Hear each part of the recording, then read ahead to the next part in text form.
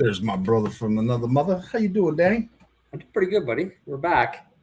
We are back, and we missed last week, but there is a lot to get caught up with.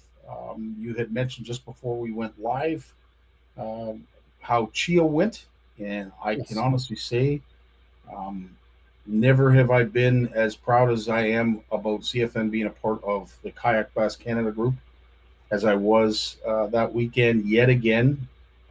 When they flipped over the check, Danny, and presented the audience another, home run of collecting money and the charitable donation that's going to be made to Chio. And if anybody doesn't understand what Chio is, it's like Sick Kids.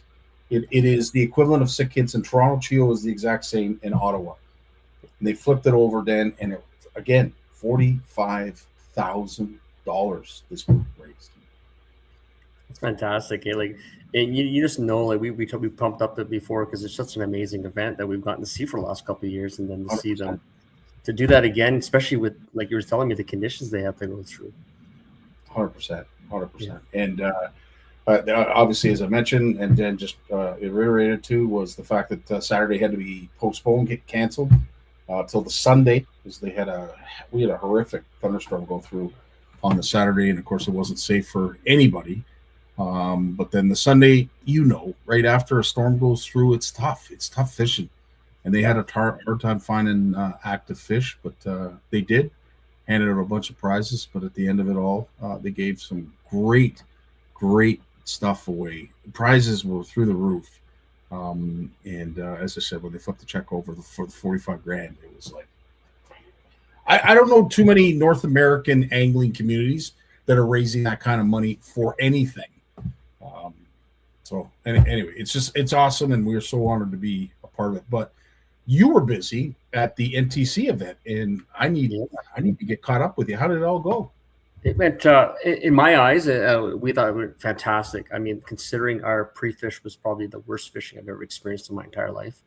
Went like 2 days in a row where I didn't get a walleye. We were fighting 4-foot waves and the winds, and we probably covered about 500 miles during pre-fish. It's an amazing, massive body of water. If nobody knows the St. Mary's, and we were on the U.S. and Canada side, and the water temps were unbelievable. What was 70 degrees one week was 49 degrees the following week. So the fish you could literally see them running away. And luckily for us, Mike and I, we managed to do well. We finished 130th. We finished 30th out of 180 in the NTC, and we finished 25th in the Walleye Masters. So we're very happy with our result. We just missed a cut, and we just fell short for the top 25 championship. So we're very happy with it. I hate to ask this question because, of course, the obvious answer will be, of course. But anything you would do differently than what you did during that tournament? Well, yeah. I mean, looking back, I wish we would have made these moves, but we basically lost 2 days of pre-fishing. Like I said, they were small craft warnings. Like, it was gale force winds out there. You were doing everything you can to sneak around them.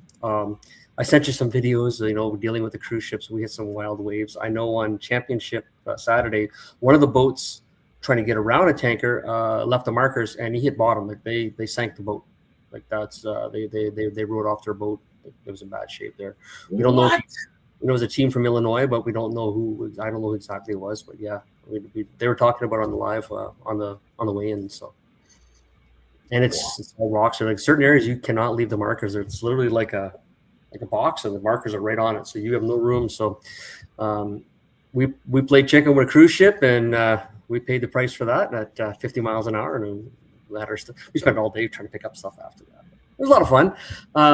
It's different fishery than I'm really used to, and the fish are actually pressured. There were so many boats out there, and just looking back, wish you would have did this a little differently. But we obviously found bites that a lot of the teams just couldn't find, so we were pretty happy with that.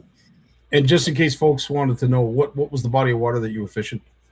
So we're fishing the St. Mary's section. So it's from Sault Ste. Marie all the way to Drummond Island in Michigan, all the way up to Bruce Mines in Ontario. So a very large body of water. So it's the east or the western end of the North Channel on Lake Huron. And so it circles St. Joe Island, Nebish Island, there's a whole bunch of other islands involved in some massive fish.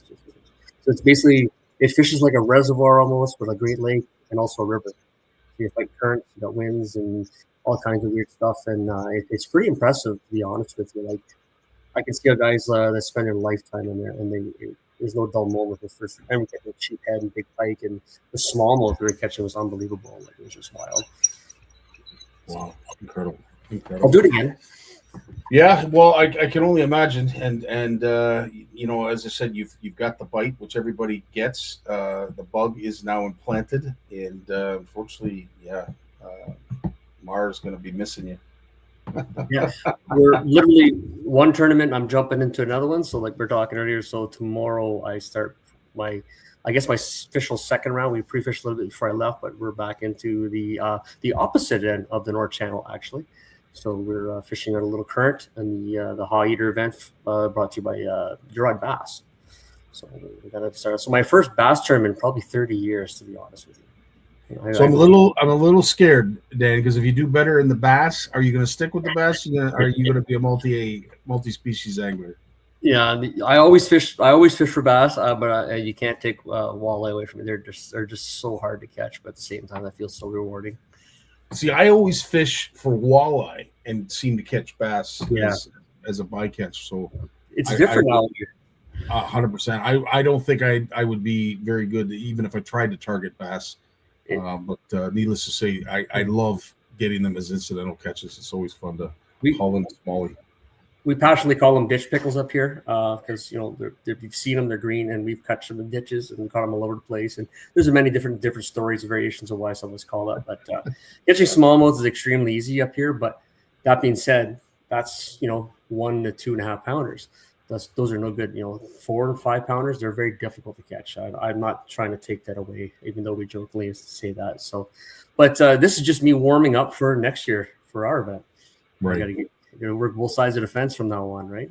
100%. And it'll be fun to announce it officially what our plans are for next year. But we'll leave that under wraps for now. But if you like multi-species angling, you're going to like to hear what the NCAO has come up with and is going to bring to the stage for next year. We're looking forward to that. It's going to be a lot of fun.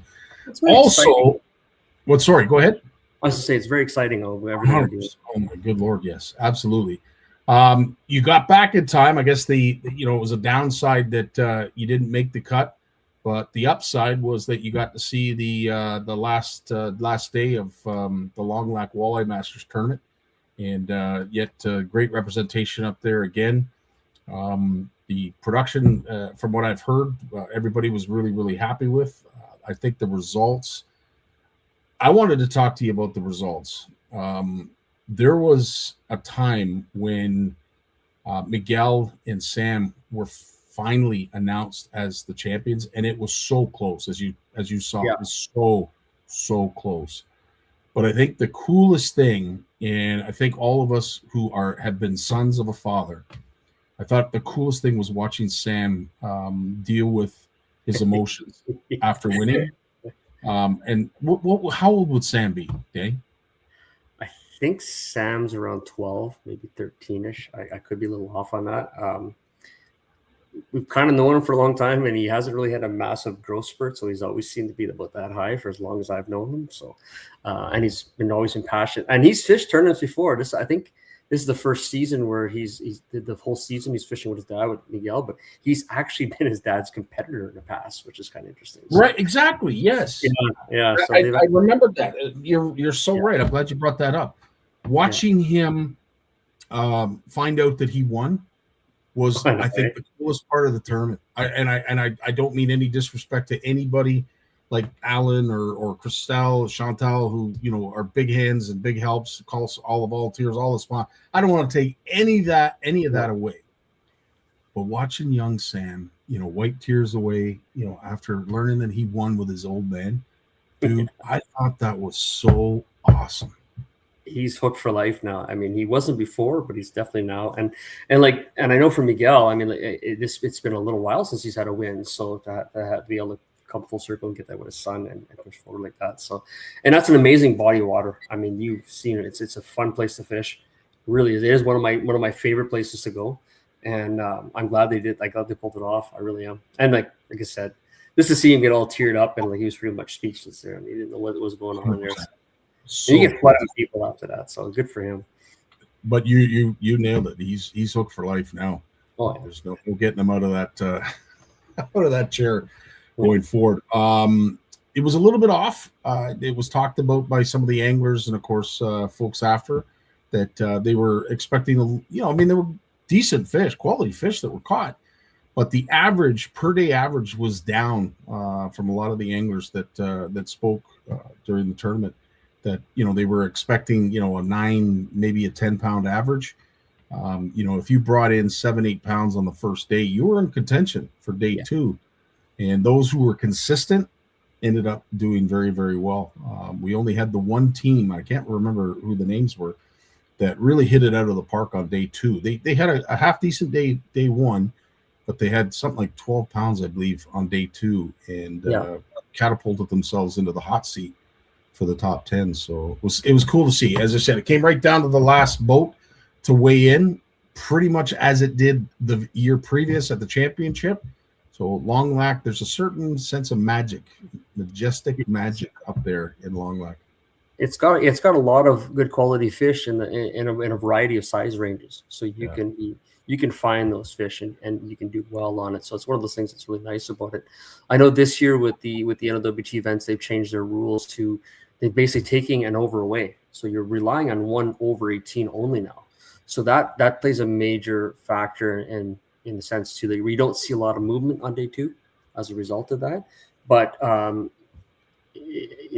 will tell people how they like it, whatnot. But that's another factor that plays in that weight class dropping down because it's kind of you get that quality of fish up there that's generally in that 4 to 6 pound range. You're only allowed to bring in 1 now as opposed to 2, so you're relying more on your unders being really, really good unders to kind of help you, right?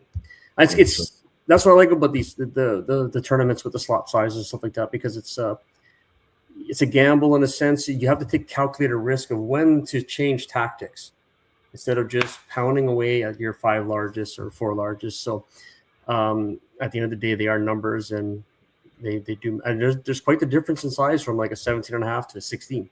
There's actually a big change there. So good on those guys. They figured it out, and I know it's stressful, and you always wonder, usually when you talk to teams that have won a tournament, they just seem like everything was clicking. It was like the easiest fishing they had. Second place was the hardest fishing they had. So you always wonder about it. I know Dawson, he put on a good show, and I know Dawson just missed out, and he's proving, that's another father-son ratio, Terry and Jamie. So that's where they come up with that. And we all know how Brett is as well. So starting to see another generation kind of taking it, and they're just taking off fast. 100%. That was the one takeaway too from the Long Lac tournament. There was a lot of father and son, a lot of like husband, wife, father, son, even grandfather, grandson. Like there was a lot of I would say immediate family that were competing in this, and of course you had the Shabagabo clan up there that are infamous and city favorites. So they had a half decent showing. I know they wanted to do a little bit better, but they certainly did well enough to gain the applause of the fans. But needless to say, it was a great run tournament. Looked good, and everybody was happy. So at the end of the day, everybody should be very proud. Al and Christelle, Chantal, all of them should be very proud. Like I watched the live, and I was like, I loved it. I loved the live. It wasn't, you watch a lot of weigh-ins, and you start to see certain things. And this one here was, with you and everybody else in the background, you guys just hit a home run. I felt it was very intriguing. Like you were constantly listening as opposed to just listening for names. We were actually paying attention to what you were kind of saying, and then watching Christelle run up and down the docks, and then watching Chantal do her normal stuff with the weigh-in. I liked it. I thought it was very well done, and of course we're going to try and mimic it. Of course, when we see something good, like hey, we're going to steal that idea as well, like parts of it, anyways. Yeah. And well earned. I mean, that's what typically we would be able to, but unfortunately, as I said, that it's there's only so much of us to go around. So unfortunately, if we do one thing, we're missing out somewhere else. How you doing, Jim? Nice to have you along, my friend. Raymond is going on. It was a great tournament. Everything was well covered. It was nice. Yeah, absolutely. Raymond, you guys do a fantastic job. Oh, cool. Appreciate that. I can't wait to get back into the tournaments. Keep up the great work. Well said, Raymond. Long Loc's one of those gems too, where one of the things that people don't not to think about when we do tournaments is we have a lot of handicaps in regards to where we get our fuel, our lodging, and stuff like that. And Long Loc's one of those places that actually has a good number for that. So not everybody's struggling. So, and it's kind of well situated in all that Thunder Bay area. They got Hearst Cap, and then we got the Sioux area. So it's in a good location for that. It's one of my favorites, and it's always in July, so it's always warm. Usually it's windy as hell. I looked at it like, oh, they actually got some nice weather for a change. But well, I was gonna say the weather certainly cooperated, because you remember last year during the championship, like we were all hanging on for dear life. We were all running around looking for Toto, hanging on to tents and canopies and everything else that was blowing around. It was unreal, but they certainly redeemed themselves this year. Mother Nature, she put up a good front, but at the end of the day, there was barely a peck of wind, and the waves certainly didn't seem that they were too much to deal with. That can be a challenging lake just based on how it lays geographically. It kind of becomes like a bit of a wind tunnel, right, Dan? Yeah, it's kind of a northwest or north-south, but it kind of favors, if I'm not mistaken, it kind of goes like northeast to southwest. I think that's the angle it has. So if you get a south wind, and it's kind of built like Nipissing in a way where it's a reservoir, actually, is what it is. So it's really deep at the south end, and it's really shallow at the north end. Well, we're at the north end, so all that water being pushed up, when we take off, it's not uncommon to see 3-footers, 4-footers in there in a bad storm. So it can get wild up there. Did I mention Jim's feeling better? Did I mention Jim's in a good mood? We covered that. Yeah, clearly we definitely have that. It's so nice to see it. Look at a bright-eyed and bushy tail. Man, I don't know what we're going to do to hold him down. We might need one of those. I'm going to have to get him one of those tasers. Yeah. Keep him under control. We'll get to our tournament, obviously the NCAA we'll talk about, but there is another tournament online that's going on currently right now, and we're getting close to the latter stages, Dan, but give us an update, and if there is an opportunity for people to still join, I guess we can let them know about that too. This one here, you could still join. It ends on Friday, mind you, so it wouldn't be much point, but we've the majority of the anglers that have participated would want to do it again. It is a province-wide event. It's smallmouth, largemouth, northern pike, and walleye. So it went very well. Fortunately, with me, the St. Mary's was very good to me. So, but we were able to have fun, Mike, as well. So, majority of guys want to do it again. So we've decided to run this again for August. So we're not even going to have a delay. We'll have another one fired up, and you can join at any time. Just go to fishdonkey.com or on the app. If you don't have an account, create an account. It's free to do so. And then you just find the Ontario Triple Crown on the list and sign up for it. And as we go, and it's from our end, from my end anyway, personally, this has actually been kind of fun. I'm actually, we talked about before, these online tournaments. I'm looking forward to the wintertime when it's kind of slow for me.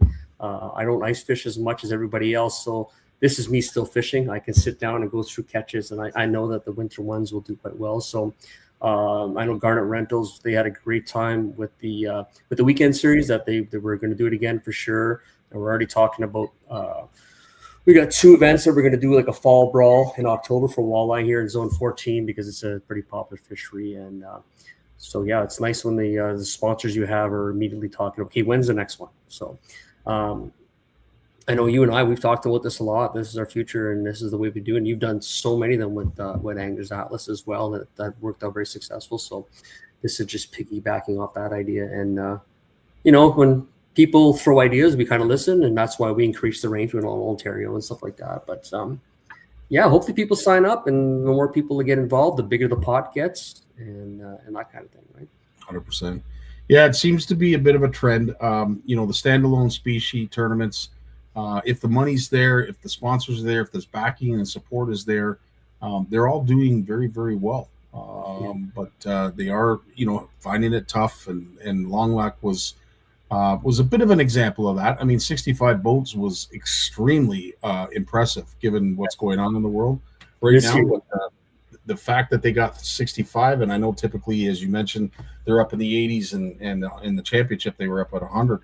But it's indicative of what's going on in the year. But those standalone tournaments are, they're having a hard time filling spots. We could talk about that with ours, but the multi-species is something that is, I think, starting to be tinkered with more so from an online perspective, and we've done it with the CFN Fish Off for years, Mike and I. But I think they might be the way of the future. Yeah, and what our plans are for next year, I think we're actually the first ones to attempt that in a very, very long time. I remember growing up, we had something similar to that, but on the scale that we're looking for. But being on the state side there last week and talking to a lot of the anglers down there and whatnot, and it's a struggle on both sides. I know population-wise, the U.S. they're 10-1 for us, but when it comes to anglers, it's closer to 20-1. There's far more anglers, especially in that Midwest and all of that, compared to what we have in Ontario, in a sense. So that's indicative of what they see in their events, and they're seeing a decline. The NTC was kind of an exception. Like we all had to qualify or have some form of an invite to participate. So it was anglers all across. We had anglers from New York State, Pennsylvania, Ontario, Wisconsin, all the way to North Dakota, South Dakota, Illinois, stuff like that. So, and big names too, Dylan Nussbaum was there, Max Wilson, Isaac Lasik, Hunter Nitty, Jason Doyle, and all that kind of stuff. So, Canada, we did well. We did very well. We had three teams in the top 25. They finished 2 of them finished in the top 10, and myself in the 30th, Nick Huxon was 36th, and so we all did very, very well. We could all hang our head pretty high there. Nice to hear some guys complaining that we were there. We took it as a compliment. So that's hilarious. With that being said, of course, the last thing we wanted to talk about before we get into anything else was, of course, our tournament that is happening in September, September 18th and 19th, more specifically. Yes. And, of course, it is back. As the graphic says, we are back. And hopefully we're able to give $40,000 worth of prizes and cash away. But, of course, that is based on a field that we're not quite there yet. And no, I'm not sure exactly what it's going to take to get us there. But at the end of the day, regardless of how many boats we have, we're going to have a hell of a time. And we're going to feed everybody. And it's going to be a lot of fun. So. Our sponsors are still behind on this year. They're very happy with it because we've watched all the events throughout the summer. We've seen a couple events cancel. We've seen the frustrations. We've seen other events with the lower numbers and stuff like that. And, we had a discussion maybe a month ago. We said, well, we don't care if 5 people show up. We're just going to do it. We're not going to call it in now. Luckily for us, we're well above 5, so we don't have to worry about that. But we're if we get close to last year's numbers, we'll be very happy, in my opinion. And a lot of people think we will. We'll see. It's kind of, we understand everything with the market. We understand the fuel costs and stuff like that, and we're not necessarily I do get it. I understand it. It's kind of a bummer. That's kind of the reasons why we said, well, no matter what, we're going to do it, because the people that have decided to do it, well, why should they be pushed aside because our fields is not where we wanted it to be? But that was a discussion we had a month ago. The discussions we're having now, we're like, hey, we see a pickup here, so things are looking well in a sense, and we're happy about that. And in fact, that $40,000, when we made that, we'd actually picked up a few more sponsors since then, so that number had actually increased. So it wouldn't surprise me that if we got to that 60 boat, it'd be probably closer to that $60,000 mark. But I haven't, me, I usually go through the numbers, and I haven't in a little while, and been focusing on other things. And next Wednesday is our next prize giveaway, is it not? I would have to check on that. I'm pretty sure was it Civic or Labor Day that we were going to do the next one? I don't know. I remember. Yeah, I remember it was the first. I think it might have been September, but oh shit! No, I don't remember. You know what? And I'm drawing a blank too. I wasn't sure if we were doing it Civic Long Weekend or Yeah. or we were going to do it on Labor Day. I can't remember. We're- But irregardless, for those who are looking to sign up for the NCAA, please by all means do so, because you are going to get yourself a chance to win an incredible prize pack. Because at the end of the day, Danny and I are very in tune to anglers. Danny more so than I with the tournament side of things. And unfortunately, when you're leaving for those tournaments and there's a honey-do list on the wall that you haven't got to yet, the NCAA wants to help you with that. And we're going to be giving away some prize packs courtesy of Interline Wholesale and Hardware. Our Milwaukee multiple tool packages that have, I believe, a Sawzall in it, a whole bunch of stuff, drill, and $500 value. So like they're not cheap things. Like this is a no, great. they're not. Well, Yeah. anything with a Milwaukee logo on it, is not cheap. But Interline has offered up 3. We've already given away 1 prize pack, and we're going to be giving 2 more away. So stay tuned to that. But if you are interested in coming to the NCAA and you have a honey-do list, then this might be a priority for you. And if you get a chance to win it, hopefully you can make that special someone happy. Whatever project you get done. Yeah, and we do know with the 3 prize packs, by the way, for the 3rd prize pack, everybody who's signed up, no matter when you signed up, you are eligible for that 3rd one. But there is a cutoff for that. You have to sign up before September 1st. I do remember that. So there is a deadline. If you can sign up afterwards, but you don't qualify for the early birds. And we're our sponsors are still there, so we still have all of our cash and prizes for our top female anglers sitting there. We have our big fish prizes that are ready to go.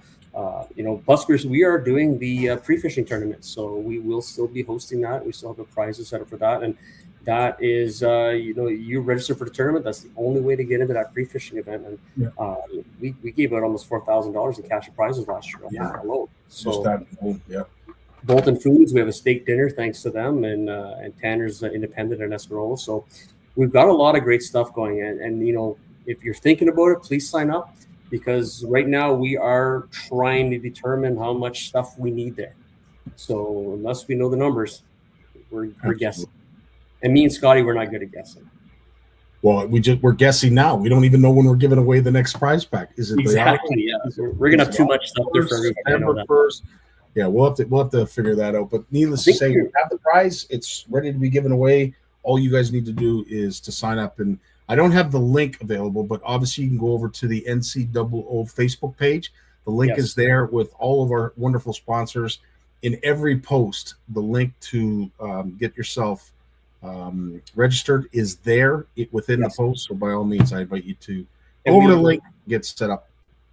Our 2 pin pages are our registration, and the second one is our rules. So the rules are up. We have all those ready to go. So if you have any concerns, we have made some minor adjustments compared to last year, where we've actually reduced the dead fish penalty from 1 pound to half a pound, and we changed one of our penalties around because we liked it the other way. But I'm pretty positive you're right about August 1st being the deadline for the other birds. So if we have enough to give it away now from our last draw. So register as fast as you can. Amen. Well said. I think we're done with all the tournaments. I don't know if there's anything else that we wanted to mention, or can you think of anything? What do you mean tournaments? There's so much going on. I have another tournament coming up. I know. That's what I'm saying. Like, we've touched on so much. I don't know. Have we missed anything? Oh, I know what we missed. We missed the CFN fish off. I've been getting a lot of questions from folks in regards to when this is going to start. Just to let everybody know, it is going to start Labor Day weekend. Mike and I have not been able to get together just because he's been super busy, and likewise. But we have hammered down that it is going to be Labor Day weekend. So September, get ready, get your stuff ready for a multi-species online tournament. Hopefully we hit the same numbers as we did last year. I know our judges are hoping that we don't, because I think it was 35 or 4,000 fish. They went crazy. No, actually, I think it was more than that. It was like $5 or $6 grand. But anyway, irregardless, that is going to be coming up Labor Day weekend. The official date, Mike and I will announce to make sure that everybody is aware. But get set, circle your calendars. Labor Day weekend, CFN Fish Off starts, and it goes right to Thanksgiving weekend. So I got one quick thing I want to say before I forget. I want to send a special thank you to Steve and Angela Johnson in the they're very good friends. Thank you very much for letting me take up that spare bedroom for the week. And you've been to Steve's house. They're a great host. They took such good care of me. And so, yeah, I give them a good shout out. And thank you very much. Just great people. Can't be emphasized. Oh, yeah. Fantastic people. He brought me for dinner at his mom's, so we had the whole family there. So awesome stuff. All right. Well, listen. So that's it for all we have for announcements, tournaments, and recaps. What we're going to get to now is something that is new. I'm excited about, and I want to bring in my partner in crime that has been helping put this together, and we will do so right after this.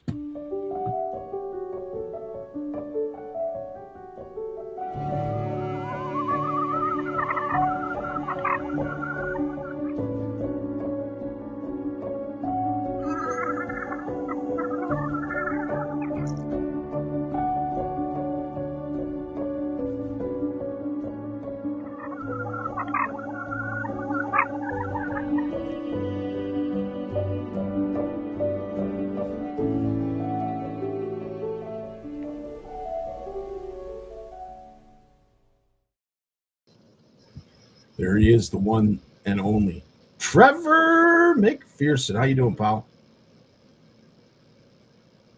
Can you hear me? I don't think you can. Can't hear you. There you go. Okay. I cannot hear you. Okay. So back to the tournament talk. Yeah, go right ahead, please, while I'm texting him.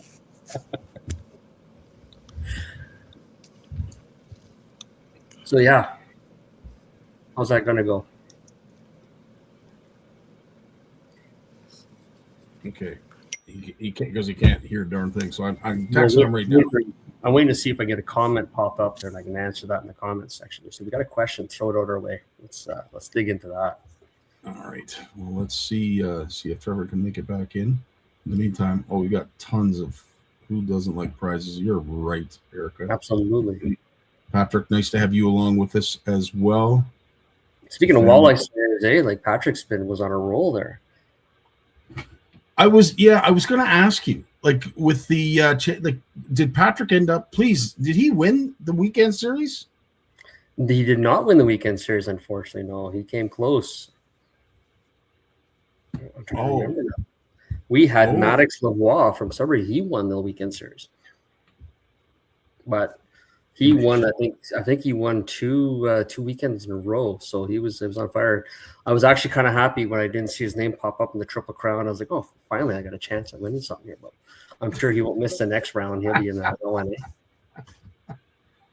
Well, as we wait for Trevor, I've just emailed him the link. Hopefully we can get this going again.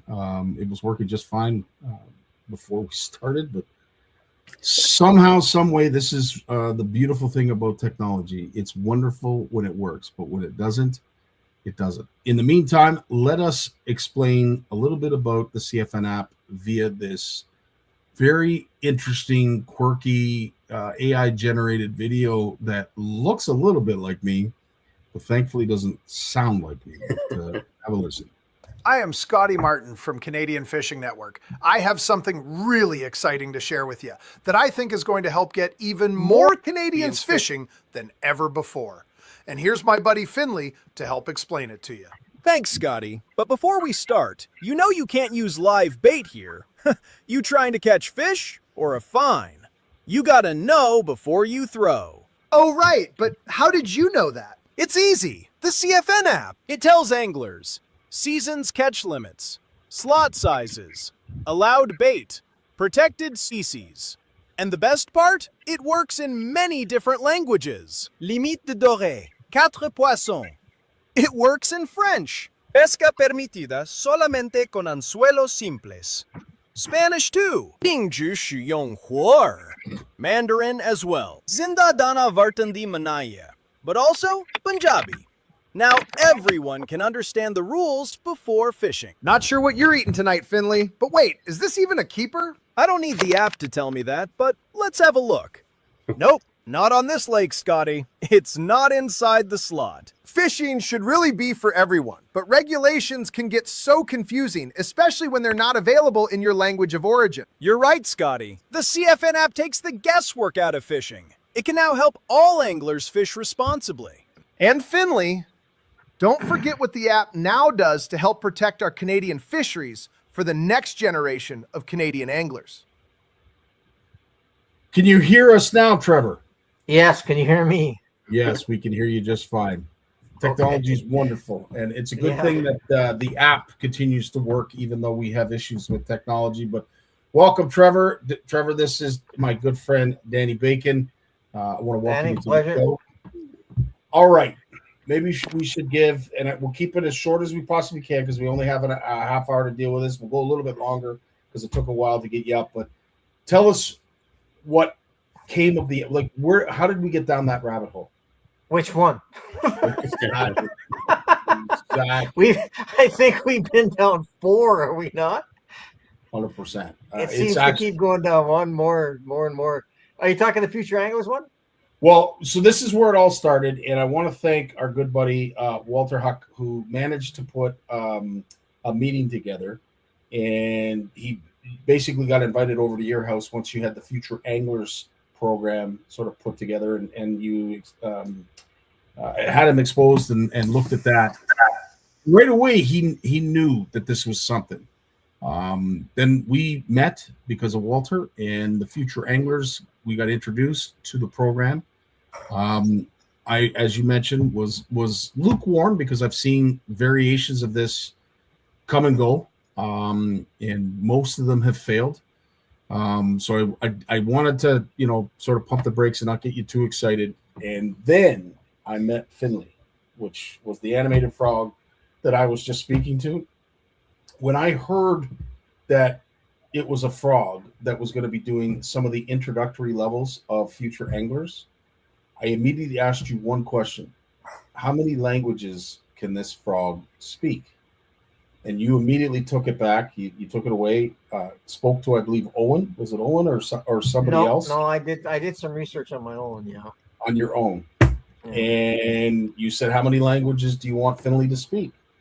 And my response was all of them. And you didn't really understand at the time why, but now that we have developed the CFN app, which of course is a portal, it's a welcoming room of a big house that you walk into, and you're able to pick the language of origin that you're comfortable with. The app will then guide you to the regs. It will guide you to buy a license, and it will guide you to a whole bunch of other options that we are currently working on, or I should say more so Trevor is working on behind the scenes, that anybody that has signed up to the app is going to get to experience hopefully very soon. And so far, knock on wood, it's all free. We haven't had to charge anything for everybody. There has been a small expenditure that has been put out, and I want to thank Trevor for doing that up front. But needless to say, I'll let you chime in from there, Trevor. Well, with the Future Anglers thing, I'd like to really be honest with you. I just started fooling around with it back in, I'm going to say, September of last year. I got grandkids coming up, so some of the experiences I had was some of the best experiences I ever had was fishing, right? So I had memorable memories with that, and I figured, well, can I do this with my grandkids? So then I got thinking, I started getting into fishing. I was out fishing with a buddy of mine, and I was watching these guys in these boats beside us, and they're all hovered over the front of the boat looking at some screens. And I've been out of it for a while, so you have to excuse my ignorance. I said, well, what are they looking at? He goes, well, live scope. And I thought it was the cameras that you stuck down and you seen the fish. And he goes, no, it's like a video game. Like you just throw. I said, really? So I was kind of enamored with that. So I started investigating that, and I watched. We all know who Tom Wynn is. So I got enamored with this live scope. I don't own one yet, but I figured, well, you know what? I'm going to buy one. I'll go through his university. Now, I'm a golf pro by trade. I sell real estate right now, so just a personal slot. If anybody wants to buy real estate in the Saskatchewan area, give me a call. But I watched his university, and I'm like, okay, this is kind of cool. And I ran some golf programs years ago that were kind of like an introductory thing. And it was tiered and it was structured, right? And there was proficiency tests that had to go through with it all. So I'm like, do we have anything like that for kids in fishing? Why I asked this question, guy, I have no bloody idea. But that's how it started. So I started researching that, and then there's lots of stuff around for kids, but it seems like there's a retention thing. Like retention's always a big thing. Like we get them in, we introduce them, and it's like, here's your rod, good luck, have fun, figure it out. So I'm like, okay, well that doesn't seem right. So is there anything that can be introduced this way? So I just started investigating, and I just kept asking the question, why? Why does this happen? Why does it not happen? Why does it not continue forward? What's the hurdle? And I just kept asking why, and all of a sudden the whys ran out, right? And it was just more of there was nothing past the introductory level. And I think there is when you dig a little bit deeper into it, but there's nothing that can engage them at home, or an instructor can just continue on with lessons like swimming and golf. And so anyway, in our golf programs, there was a beginning and there were 7 levels to it. And with golf's one of the hardest sports there is, but it's a proficiency level and you're tested at every level, right? To pass, you have to do a test to get on to the next one. So I figured, well, would that work in fishing? So then, then you start asking the questions, why? Like, why has this not been done? Like, what's going on? So it's been tried, and I did find that hurdle when I got into that, is that it's been tried and it's failed, and nobody can seem to get the retention for these kids, and it just seems to stall out once it gets to a certain level. And again, I asked the question, well, why? And what it come back to, and everybody's going to nod their heads on this, was the delivery. It was adults teaching kids, and it was adult content for kids. And it's like, okay, well, this makes sense. Now we can teach. Kids are extremely intelligent nowadays, and like my 18-year-old month-old grandson could turn the TV on. How he knows how to do it, I have no idea. Like he just pointed at the TV and turns on. They know how to run their phones, so they're extremely intelligent. So it would come down to the delivery point. So the whole program is set up with the animated frog for ages 6 to 8, and then I got an AI younger teenager for the kids that are 10 to 12 to 14. And then I've got an AI generated adult that teaches the older kids, right? So now it's more like, because once you get past 10 or 12, you don't want to be talking to a frog, you want to be talking to an adult. The content in it is no different than what you would learn as we have learned going through our lives of learning fishing. I watched the video the other day. Somebody was teaching some adults, and I had to laugh because that same content is in the fry level too. The exact same thing this adult was teaching another adult is covered by this AI kid in this other thing. I started laughing a little. So I started just diving a little bit more into it and looking a little bit more into it and started working on it. Of course, I'm questioning, like, why hasn't somebody come up with this? Like I said, I just kept asking the questions, why? And as we talked about earlier, sometimes when you're not that in depth with it and you're not that engaged with it, you guys are enthralled in it. It's kind of an obsession. Danny brought that point up earlier, like it's an obsession. Well, fishing was a passion for me, but it was never an obsession. Golf, dog training, real estate, that was an obsession. So you get caught in it and you get tunnel vision. For me, I was just like a sponge. I'm like, here's the problem, how do we solve it? That's kind of what happened with the app. Here's the problem, how do we solve it? So I wasn't that invested into it, but as I got going down and I started developing it, and trust me, at my age, learning how to run all this computer stuff was mind numbing. And it got to the point where I was getting fed up too. Like I was hours and hours and hours into it and thinking, like, why am I even doing this? Like this is this is getting ridiculous. And my wife was asking me questions about, like, why are you doing this? And I said, well, I don't know. I just feel like trying to solve a problem for the industry, trying to help people out, right? And she's like, well, they can just figure it out. Well, my wife teaches CrossFit. So I said to her, well, so if I gave you a rod and a reel, could you go fish? She, well, I'd figure it out. I said, well, okay, so why do you teach people at the gym? They'll just figure it out. It didn't go over very well. But anyway, she got the point. She got the point, right? It was just kind of like, you teach proper mechanics and chopper. It's saving time. So really all we did.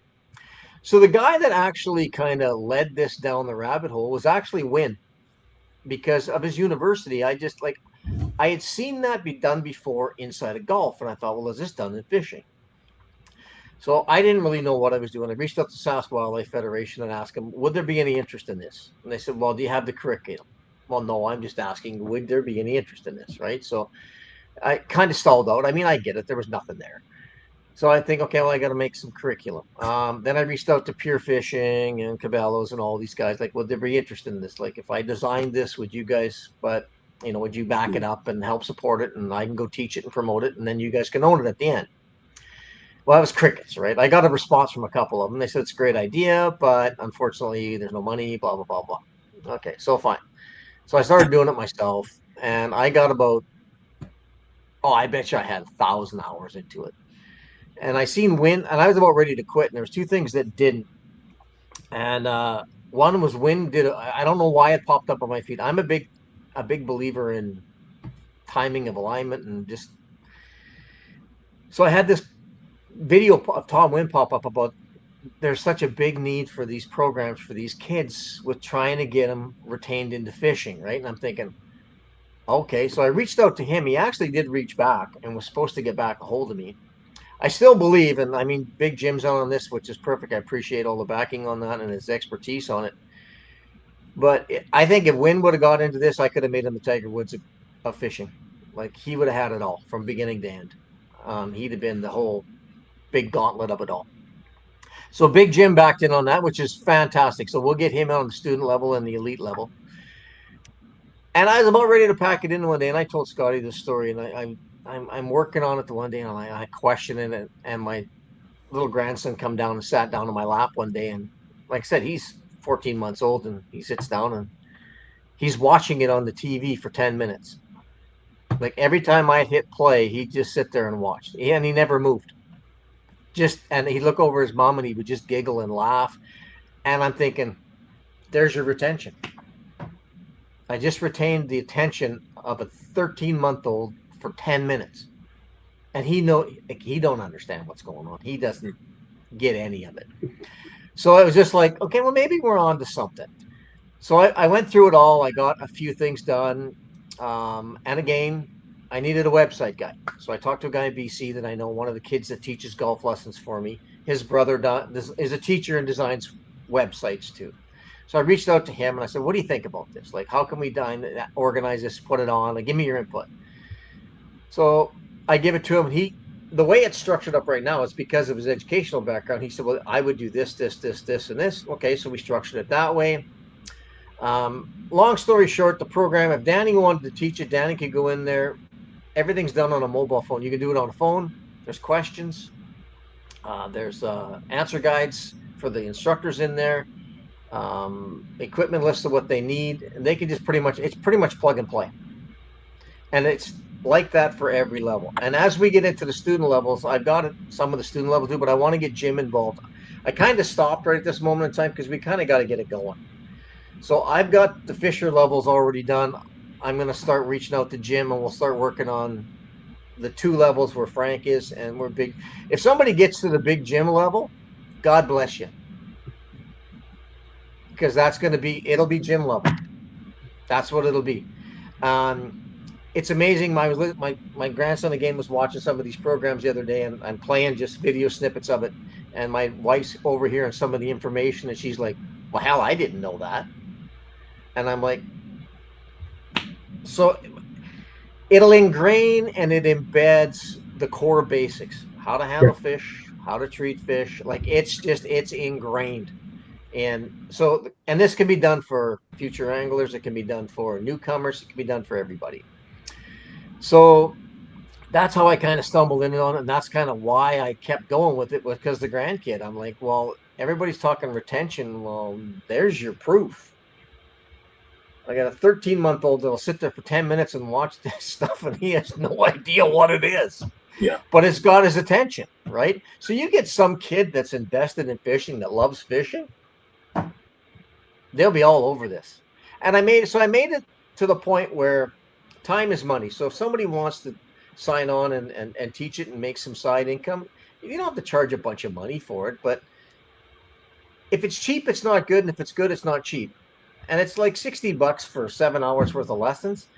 The instructor gets to keep a bunch of it, and it just encourages guys to teach it and keep it going, right? So the more people we can introduce to it, the better. And then of course, then you had to bring up the language thing, which that got us going down another avenue. And then, so it's like, I've never seen an adult act so giddy like you did when you seen the frog. And then when the next day I kind of came back to you and I said, well, this language thing can be done. Like, I thought you were going to fall off the chair. So then, what was it? A week later, I gave you a working prototype, and here's where we are. So, I mean, and it's a great place to be. We're on the brink of something that I think is going to be quite well received so far. People I've spoken to, and what's the great part is, of course, everybody's looking for something for their kid to do, but there's a lot of adults out there, and I was speaking to two of them tonight just before I came home from work, that took their child fishing, and they're learning along the way. And when I presented the idea of future anglers to them, they're like, holy crap, but Scott, I can I do it with my son? Like, is that possible? Absolutely, you can. So yeah, so like they'll go through a module, and then at the end of the module, the paid module, there'll be questions. Like, I mean, let's just go there. If you really want to cheat to get through this, and you want to help your kid cheat to get through it, that's fine. Just to get a certificate, some certification at the end of it, that's fine. The kid's not learning anything. But at the end of the day, the parent can sign off on it. They pass the knot tying, they pass the casting video, but you got to catch fish. And then you have to either verbally articulate how to release the fish properly if they can't do it themselves or intimidated by it, and then have a parent sign off on it. So you and I talked about this, Scotty, and I got kids, and I don't know if Danny has kids or not. When my kids were younger, if they would have come up to me and said, Dad, you got to take me fishing this weekend because I got to pass this test, and I need to catch a couple fish, so we need to go fishing, I'd have been over the moon. Because it was more of, well, yep. It was like dragging by the, let's go, we're going to go fishing. And some of them are pretty, but I mean, it just kind of gives them that edge where they're pushing you to go now. So yeah. I talked to a buddy of mine that's the rep at Pure Fishing, and everybody kept saying, well, they got to get on the water. Well, I understand that. They do. Liability-wise, we can't get into that. But at the end of the day, I got thinking about that too. I'm thinking, well, when I taught golf, I taught you on the bloody driving range. It was your responsibility as an adult to take your parents or your kids to the golf course, not mine. I teach you the skills here. You learn them out here. And then you come back and you learn more. And when you pass this, and this is proficient, then you come back and you learn more. And there's going to be a point where they fall off. Like, it's a pyramid thing. Like, at the bottom of the pyramid, that's going to be the big engagement. Like I said, if somebody gets to that elite level, oh, God love you. Yeah, amen to that. That like, you're going to be so, well, you guys know the knowledge that Jim's got. No. Well, No. I don't. Yeah, that's what I'm saying. No, said it best. I don't think there's not too many of us that do, and the ones that do certainly aren't here. We all are good at what we know, but there is a whole realm, and as an angler, you never stop learning. So a guy like Big Jim, he's still learning, and yeah. that's hard to even wrap your head around. And it's actually one of the advantage of forward-facing sonar coming out, is we're realizing, that's where Tom Wynn really excelled, was that you're realizing it's not a spot anymore. We're starting to understand fish behavior better. We're realizing that, oh, this is why they tend to be here more. So there's probably 10 more spots like that, and we can find them now. So Tom doesn't mind telling you exactly what he's using, how he's set up, how he's fishing, what he's looking for, because it's duplicated. You can make that happen again. And he's, like I know Tom Wynn very well. I mean, he's won the National Walleye Tour championship 2 years in a row. That's very rare that happens.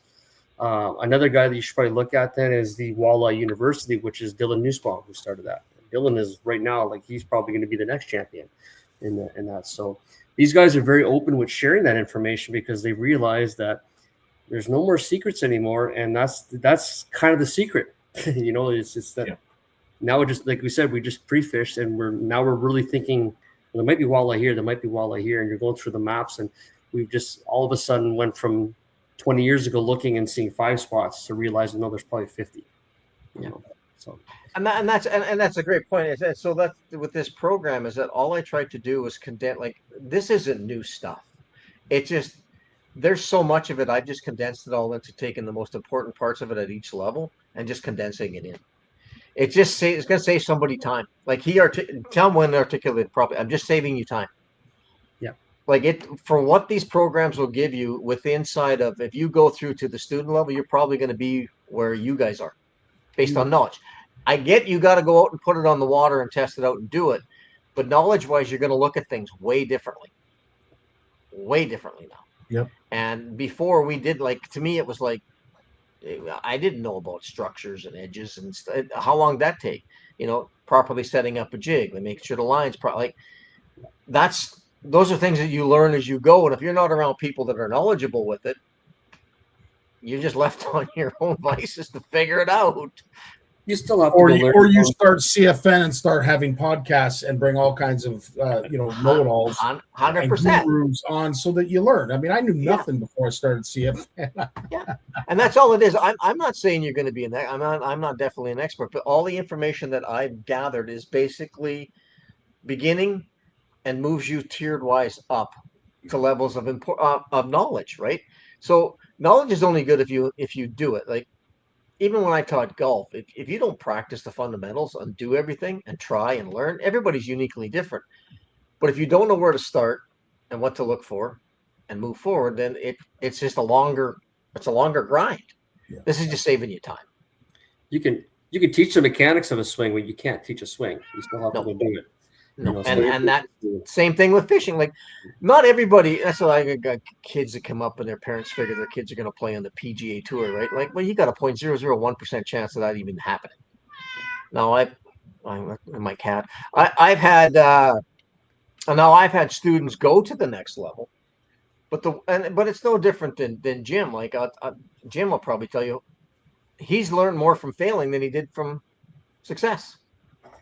And all I'm trying to do is give you the information so that you can learn faster. You're going to fail, but keep going. And that's part of it in the life lessons in there as well, too. We know one of the biggest life lessons I've learned in this whole program that I did, and you guys and there's nobody that can attest to this. You can do everything right and still not succeed. And kids nowadays need to understand that. You can do everything right. It doesn't mean you failed. It just means today wasn't the day. Go back the next day and do the same damn thing over again, and you'll probably have a different result. Great advice. Great point. And that's what this kind of says. It says in that program, it's a teaching thing. You can do everything right. We've all been out fishing, and you think you've done everything right, and it's like nothing. It's like, really? You go back the next day and you don't even do anything and you can't keep them off the hook. Like, there's no rational explanation for it. So but it's just going through the tears. 100%. So we're getting close to the end. Let's quickly, Trevor, let's take him through the app itself, and then we obviously we have a link to future anglers, but just go through and describe as I scroll down through the app. If I can see that far. Can you see okay, that? Yeah. So like the little icons on the corner there, you can get into your species, your license. Like the app thing's at the top for your language. You can flip the languages at the very top there. Yep. And which was great when Owen did this, is the flags really help. I think it's a great added feature. And then there's regulations and stuff that you can go to. Well, yeah, I won't be able to understand that. Nope. Which is funny, when we did this one, Scotty told me because it's backwards. And I said, well, Arabic's read the other way from right to left. So if you need to, I actually bought my license on here, and it's actually pretty quick and efficient. And as you said, there's things that we want to do and we want to add on this. Like I'm in the process of working on a catch log and a where to fish thing, where you just type in the lake and it'll tell you the popular areas where to fish and where to go. So that's what we're working on next. That costs a little bit of money to get going. So, but then you got your fishing regulations. You can buy your license to drop a pin. That one took a while to get going. That was a tough one to get isolated because it had a hard time picking up the boundaries, if I'm not incorrect with that one. Yeah. Right. Yeah. So, that was a feature that you wanted, Scotty. Yes. So But that some was people don't necessarily know where they are. And I Yep. know with a lot of new Canadians, they know they're in Brampton, but they don't know that it's Ontario. They know they hope it's Canada, but Yeah. they don't necessarily know. So hopefully they can go on a map, see that, okay, yeah, this looks like the province of Ontario. If I drop a pin anywhere in Ontario, will it take me to the regulations? Well, as a matter of fact, it will. Now, we have talked about, you and I, Trevor, about making this, site specific so that you go to a body of water that's specific to a certain regulation. You go to a specific zone that has nursery areas that, you can't fish, throughout the year or a certain time. We want to get it that detailed at some point, but for right now, just based on cost and time, it is a very general overlay of the regulations from a province to province basis and territories. So Yeah, and to we add will get into it that, there. we can get there if we can get into partnership with the governments. Yes, Then that's if 100%. they so. And then there's a species card there. That was another thing that was a big thing. The CEO thing, I think, is huge. Sometimes we get there's a report incident on there, isn't it? We go by it already.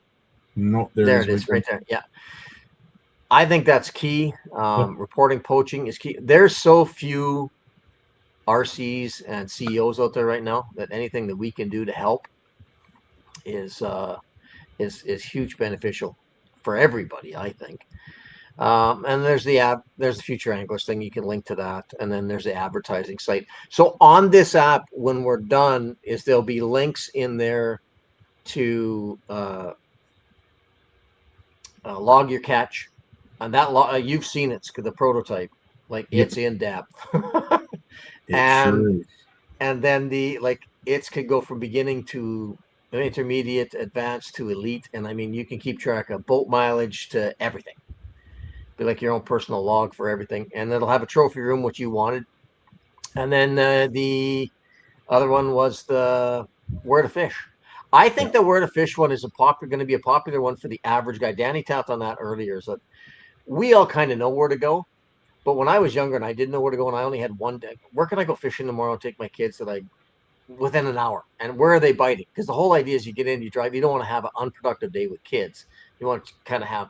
It's not a guarantee, but there's some form of report saying they're biting here, and fishing's good here, not so good here. Well, okay, perfect. We're going here today because it looks like our odds are a little better over here than they are over here, and I think that one will be a key one that'll be used quite a bit. Yep. And that'll still sit inside there. So this will take you right to the Future Anglers page. You won't necessarily have the same abilities as I do to get into some of the aspects and levels, but this is basically the webpage to get to. And of course, if you want to get down into the various program modules, you can click on the icons specifically. But if you want to get into the introductory level, it's I think is it the junior fry? Is it the junior fry? It's the junior fry one, yeah. Okay, so let me see if I can click on this. Nope, I can't. I was able to click. Oh, I didn't log in. That's why. Yeah. So if anybody has any questions with it, I haven't got it up and going yet. I mean, it's there. It can be done. I think you guys were going to run a program online just to see how it goes. I think what we should probably do is run a few of these introductory programs, and host them in such a way that they are like what do they call them? Like a watch group or Watch party. Watch party. Thank you. We saw that enough with the World Cup, and I think we can duplicate that with the Future Anglers. And just to get a quick snippet before we let everybody go. This is Finley doing what he does best.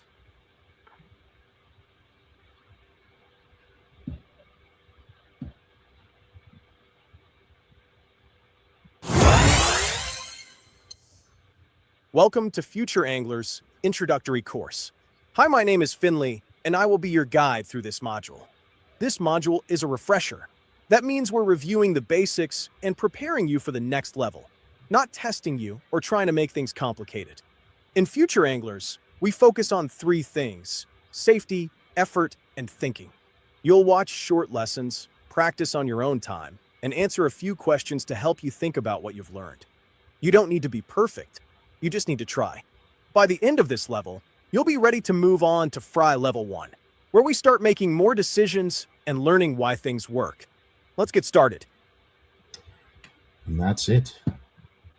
So if you have any questions, by all means, reach out to myself or Trevor. If you have any questions, again, do the same. But it is all available through the app. You can just go straight to the app and find out more about future anglers.